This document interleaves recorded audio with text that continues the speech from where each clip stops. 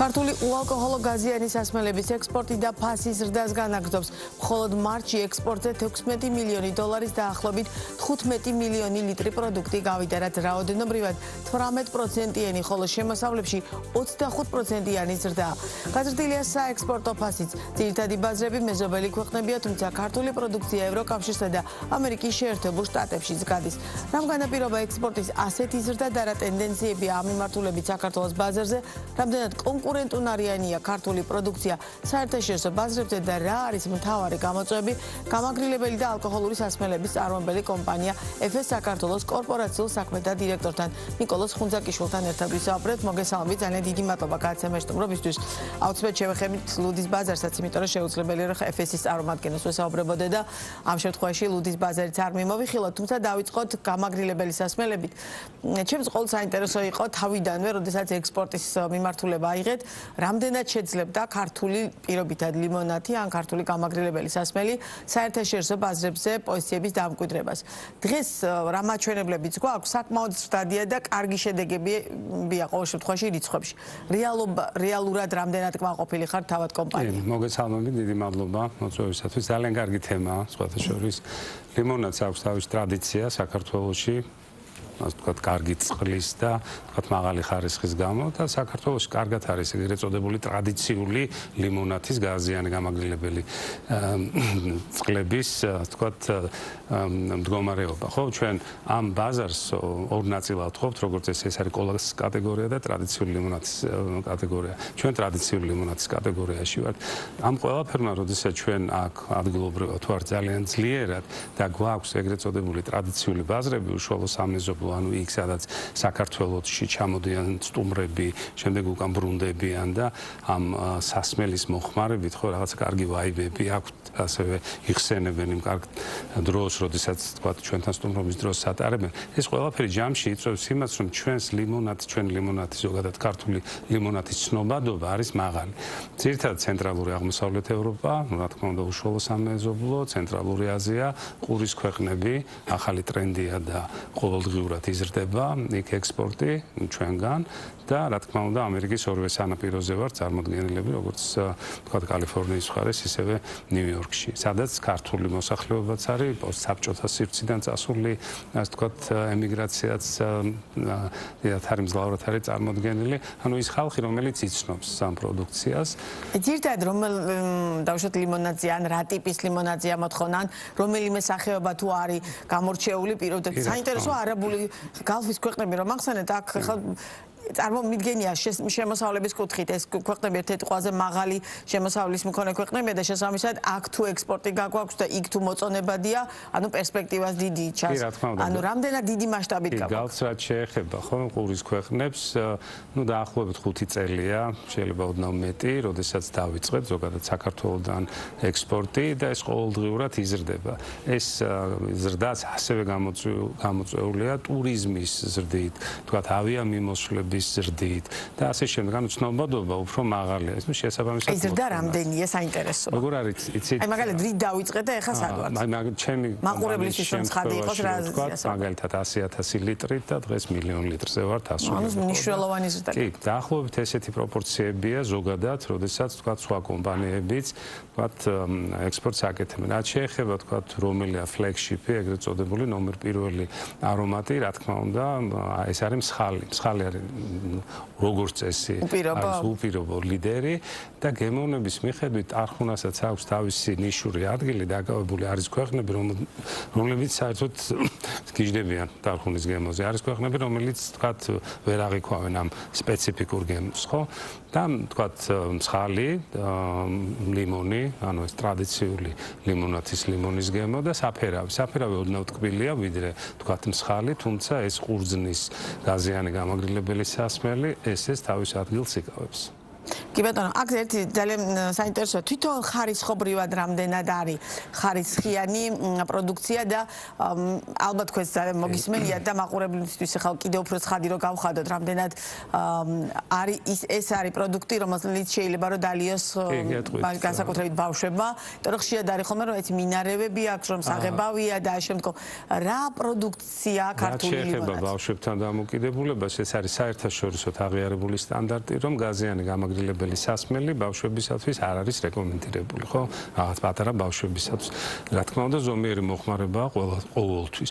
ის რომ ჩვენი პროდუქცია არის აბსოლუტურად ბუნებრივი ინგრედიენტებით დამზადებული, ეს პრაქტიკულად თელმა ინდუსტრიამ გავითავისეთ და როგორც წესი, როდესაც მაგალითად FS საქართველოს აკეთებს ყველა, ასე ვთქვათ, ინგრედიენტს, მსოფლიოს საუკეთესო მომწოდებლებთან თანამშრომლობთ გერმანულ კომპანიებთან, რომლისგანაც ვიღებთ ამ ვაჟინს და ეს ნომერ პირველი აპრიორი მოთხოვნაა, რომ აუცილებლად ეს უნდა იყოს ბუნებრივი ინგრედიენტებზე დამზადებული, არანაირი კომპრომისი ჩვენი მხრიდან არ არსებობს ხარისხთან მიმართებაში და ამას კიდე ემატება, რა თქმა უნდა, უნიკალური წყალი თავისი მინერალებით.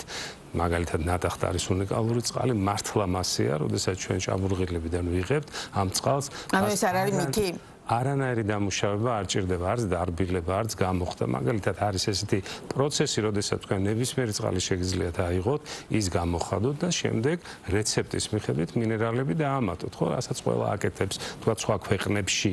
აქედან გამომდინარეა, რომ ჩვენს ლიმონადს წყალთან მიმართებაში, ხო, აქვს ძალიან დიდი უპირატესობა, უფრო სწორედ წყალი არის ძალიან დიდი, თვით კონკურენტული უპირატესობა სხვა ანალოგიურ. ეს ნიშნავს, რომ დაუშვათ ევროკავშირის ბაზრებზე, სადაც მოთხოვნა ალბათ ერთ-ერთი ყველაზე მკაცრია რეგულაციების კუთხით, ასევე დიდი პერსპექტივა აქვს ქართულ ლიმონადს. როგორ არის იცით, ძალიან დიდი მეზობელ ქვეყნებში იცნობენ პირობითად თუნდაც საბჭოთა კავშირის ფაქტორის გათვალისწინებით, იმიტომ რომ მეზობელია ტრადიციებია გარკვეულწად, მაგრამ ევროკავშირის ქვეყნებში რამდენად გვაქვს პერსპექტივა. ჩვენ რა ტიპის პრობლემები შეიძლება შეგვექმნას, ვთქვათ, მაგალითად პროდუქციის მასშტაბური წარმოება. მაგალითად ერთ-ერთ ქვეყანაში, ვთქვათ, ევროკავშირის, როდესაც ვთქვათ, გადაწყვეტ შესვლას, ხო, თქვენ უცბად უნდა დაფაროთ 500 სუპერმარკეტი, ხო?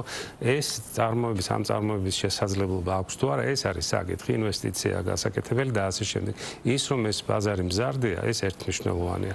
ის რომ უკვე რეპუტაციით სარგებლობს, ესეც ერთმმნიშვნელოვანია, იმიტომ რომ წინააღმდეგ შემთხვევაში ეს ევროკავშირის ბაზარზე არ დაიშვებოდა. ჩვენ 23 ქვეყანაში ვაკეთებთ ექსპორტს და შეგვიძლია ვთქვათ, რომ 23-ვე ქვეყანა, ზოგან ბევრი, ზოგან ნაკლები, არის უმაღლესი, ეს ვთქვათ, მოთხოვნების დაკმაყოფილების საფუძველზე შესვლის წინაპირობა. წინააღმდეგ შემთხვევაში ჩვენ იქ ვერ შევიდოდით. რადგან წარმოება ახსენეთ, რეალურად რა მოცულობაზე უნდა გავიდეთ პირობითად ლიმონადის წარმოების ნაწილში, რომ რეალურად შევძლოთ, აბსოლუტურად ლოგიკურია, რომ მიწოდებაში ერთ ჩავარდნასაც თუ გააკეთებთ, მერე სერიოზული პრობლემა გექნებათ და ის კონკრეტული იქაური პარტნიორი აღარ მიიღებს ბუნებრივია თქვენს პროდუქტს და აარჩევს სხვას. ამიტომ საინტერესო, რამდენად შეგვიძლია, მათ შორის საინვესტიციო კუთხითაც, რამდენად გიღებთ ამ შემთხვევაში კომპანიას, რომ რაც შეიძლება მეტი ინვესტირება სწორედ ამ ნაწილში გააკეთოთ. როგორ არის, ეს დინამიური პროცესია, დღეს ვერ გავაკეთებთ, ჩვენ მიუყვებით ბაზრის დინამიკას და ვიგეგმებით ზრდაზე, ხო?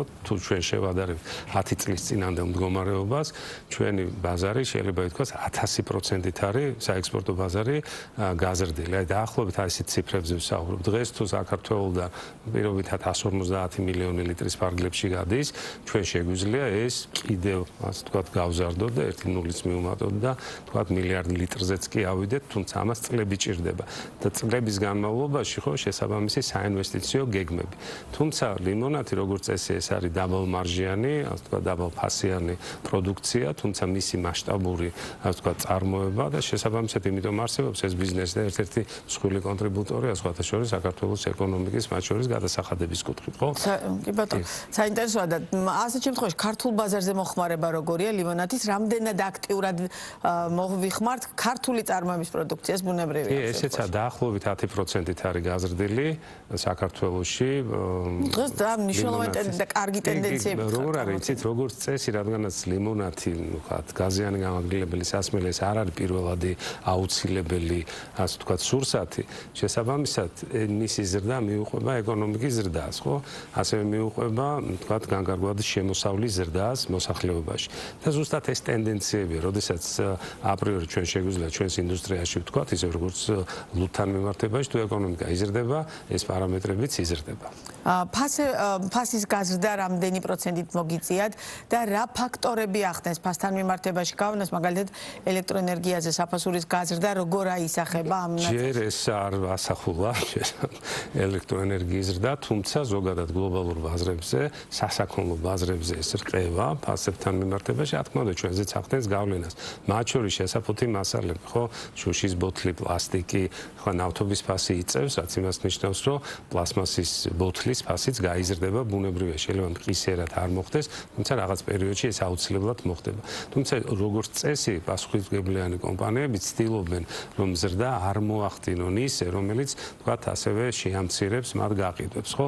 რაღაც მომენტში შეიძლება ფასი გაიზარდოს, კომპანიებმა მარჟები შეიმცირონ, თქვათ, ეს რისკი საკუთარ თავზე აიღონ და შემდეგ რაღაც პერიოდის განმავლობაში, როდესაც ბაზარი მეტნაკლებად დასტაბილურდება, თქვათ, შემდეგ გააკეთონ, თქვათ, ფასის ცვლილება. ასევე ძალიან მნიშვნელოვანია, რომ თქვათ, თითო კატეგორიაზე სხვადასხვა მიმართულებით იზრდება, შეიძლება ერთ კატეგორიაზე უფრო მეტად, მეორეზე უფრო ნაკლებად, შეიძლება სადღაცა შემცირდეს კიდეც და პორტფელურად ფასი არ იზრდება იმაზე უფრო მეტად, ვიდრე ინფლაციის საშუალო მაჩვენებელია საქართველოში. კი ბატონო, და ჩვენი საუბრის ბოლოსკენ უკვე ლუდის ბაზარი ერთ-ერთი ყველაზე მზარდი ბაზარი იყო წლების განმავლობაში. ხა საინტერესო როგორი სურათი გვაქვს, ხა კარგი ფრაზა ახსენეთ, რომ ეკონომიკის ზრდის შესაბამისად იზრდება ან მცირდება პირობითად. როგორი ტენდენციებია ლუდის ბაზარზე, ზაფხულის სეზონი ახლოვდება და ბუნებრივია, რომ ამ კუთხით ალბათ გაყიდვების ზრდასაც ელით.